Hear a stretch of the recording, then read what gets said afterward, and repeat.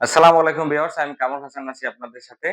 গতকালকে কিন্তু আইপিএল এর ২ টো ম্যাচ অনুষ্ঠিত হয়েছিল। যেখানে ১ম ম্যাচে কিন্তু দিল্লি ক্যাপিটালস চেন্নাই সুপার কিংসকে ২৫ রানে হারিয়ে দিয়েছিল। দিল্লি ক্যাপিটালস কিন্তু এই জয়ের মাধ্যমে পয়েন্ট টেবিলের শীর্ষে চলে গেল।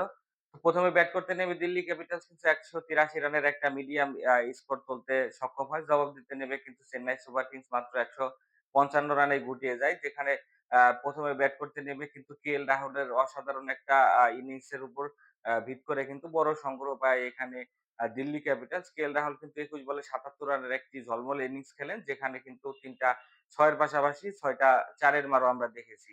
যদিও ফ্রেজার ম্যাকগার কিন্তু এই ম্যাচেও গত ম্যাচের মতো ০ রানেই ফিরে যায়। ওয়া এরপরে কিন্তু আমরা দেখেছি জুরেল খুব ভালো ব্যাটিং করে। এখানে কেএল রাহুলকে যোগ্য সঙ্গ দেন। এখানে জুরেল কিন্তু ২০ বলে ৩৩ রানের ইনিংস খেলেন। এছাড়াও কিন্তু অক্ষর প্যাটেল এখানে খুব ভালো একটা ইনিংস খেলেন। তিনি ১৪ বলে ২১ রানের ছোট্ট একটা ক্যামিও খেলেন।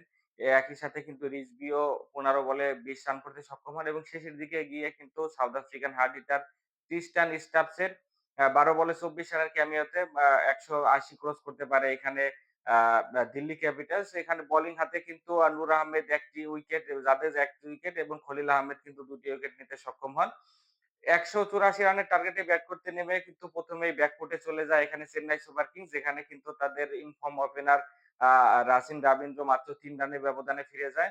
ডেভন কনওয়ে কিন্তু ১৩ রানের বেশি করতে পারেনি এবং ঋতুরাজ গাইকোয়াড়ও কিন্তু গতকালকে ৫ রানের থেমে যায়। ফলে ১ম এই কিন্তু একটা চাপে পড়ে যায় এখানে Chennai super Kings.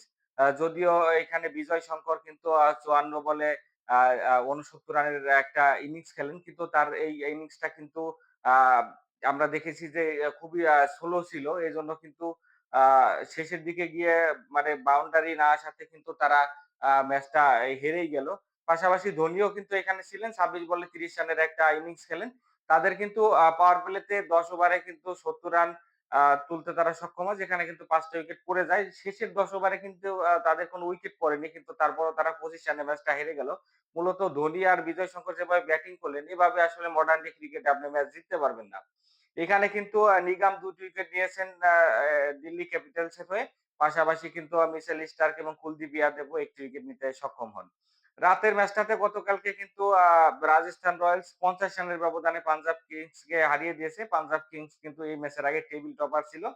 Rajasthan Royals কিন্তু ব্যাটিং হাতে দুর্দান্ত পারফর্ম করে। তারা ৪ উইকেট হারিয়ে কিন্তু এখানে আ দা ২০৫ রান করতে সক্ষম হন। যেখানে কিন্তু তাদের ২ জন ওপেনারের ভূমিকাটাই মুখ্য ছিল। এখানে কিন্তু জয়সওয়াল আমরা দেখেছি যে ৪৫ বলে ৬৭ রানের এক হান্নামানে ইনিংস খেলেন। যেখানে কিন্তু ৫ টি ওভার বাউন্ডারি ছিল। তাকে যোগ্য সঙ্গী দেন এখানে সঞ্জু স্যামসন। তিনিও কিন্তু ৩৮ রান করতে সক্ষম হন। পাশাপাশি এখানে কিন্তু রিয়াম পরাগও কিন্তু ৪৩ রানের একটা কার্যকরী ইনিংস খেলেন। শেষের দিকে গিয়ে কিন্তু তাদের হেটমায়ারের ১২ বলে ২০ রানের একটা ক্যামিও ছিল এবং হচ্ছে আম আ আ প জুরেলের কিন্তু এখানে ৫ বলে ১৩ রানের ইনিংসের উপর ভর করেই তারা কিন্তু ২০০ ক্রস করতে পারে। বোলিং হাতে কিন্তু লকি ফার্গুসন ২ টি উইকেট নেন। বাকিরা কিন্তু একটু এক্সপেন্সিভ ছিল মনে হচ্ছে। জবাব দিতে ২০০ রানের জবাব দিতে নেমে তারা শুরুটা কিন্তু একদমই বাজে হয়েছে এখানে পাঞ্জাব কিংসের। ১ম বলে কিন্তু এখানে তাদের পিয়ান্স ফিরে যান আর্চারের বলে এবং ১ম ওভারে কিন্তু আর্চার আরো একটি ব্রেক থ্রু এনে দেন। এখানে শ্রেয়স আয়ারও কিন্তু ৫ বলে ১০ রান করে ফিরে যান। ঠিক চাপটা কিন্তু বেশি বাড়িয়ে দিয়েছে এখানে মার্কাস স্টোয়নিস মাত্র ১ রানেই ফিরে যায়। যদিও কিন্তু ম্যাক্সওয়েলের এবং হচ্ছে ওডেরার একটা দারুণ পার্টনারশিপ আমরা দেখেছি। ওডেরা কিন্তু ৪১ বলে ৬২ রানের একটা দুর্দান্ত ইনিংস খেলেন। পাশাপাশি ম্যাক্সওয়েলও ২১ বলে ৩০ রান ইনিংস খেললেও তারা যতক্ষণ ক্রিজে ছিলেন ততক্ষণই কিন্তু ভালোভাবে পাঞ্জাব কিংস এই ম্যাচটাতে ছিল। এই ২ উইকেট পড়ে যাওয়ার পরে কিন্তু শেষের দিকের ব্যাটসম্যানদের ব্যর্থতার কারণে পাঞ্জাব কিংস কিন্তু বড় একটা হার নিয়েই ম্যাচটা শেষ করল।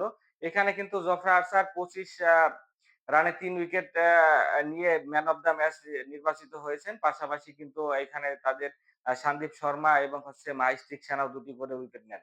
আজকে কিন্তু আইপিএল এর ৮টা ৩০ মিনিটে খুবই গুরুত্বপূর্ণ একটা ম্যাচ রয়েছে। আ আ এই ম্যাচে কিন্তু হায়দ্রাবাদ মাঠে নামতে যাচ্ছে। তো হায়দ্রাবাদ কিন্তু গত আ ১ম ম্যাচটা উইন দিয়ে শুরু করলেও শেষের ২ টা ম্যাচ কিন্তু হেরে খুবই ব্যাকফুটে আছে। তো আজকে দেখা যাক যে আ সানরাইজার হায়দ্রাবাদ কামব্যাক করতে পারে কিনা। লোকাল এক্সপার্ট চ্যানেলে কিন্তু আপনারা আইপিএল এর সকল ইনফরমেশন পেয়ে যাবেন। তো আর দেরি না করে আমার চ্যানেলটাকে সাবস্ক্রাইব করে পাশেই থাকুন। দেখা হবে নেক্সট ভিডিওতে। ততক্ষণ সকলে ভালো থাকবেন। আল্লাহ হাফেজ।